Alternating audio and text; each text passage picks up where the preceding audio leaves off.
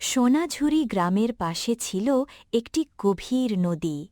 গ্রামের মানুষ বলত নদীটি সাধারণ নদী নয়। যে সত্য কথা বলে নদী তার উপকার করে, আর যে মিথ্যা বলে নদী তাকে শিক্ষা দেয়। সেই গ্রামে থাকত এক দরিদ্র কাঠুরে রফিক। সে প্রতিদিন জঙ্গলে গিয়ে কাঠ কেটে বাজারে বিক্রি করত।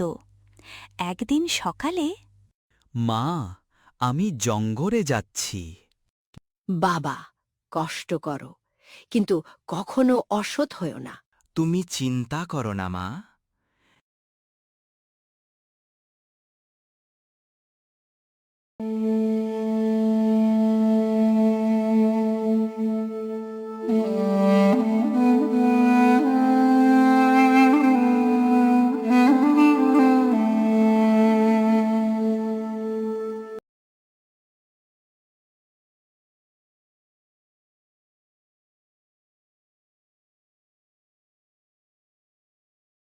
আহ, আমার কুঠার!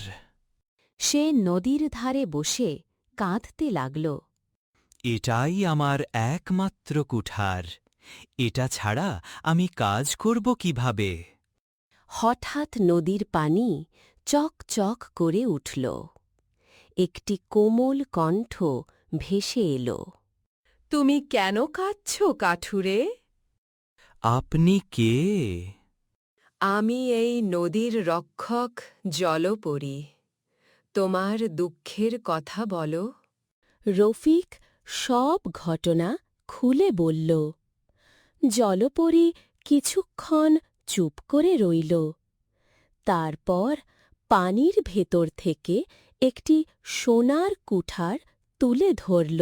তারপর পানির ভেতর থেকে একটি সোনার কুঠার তুলে ধরল।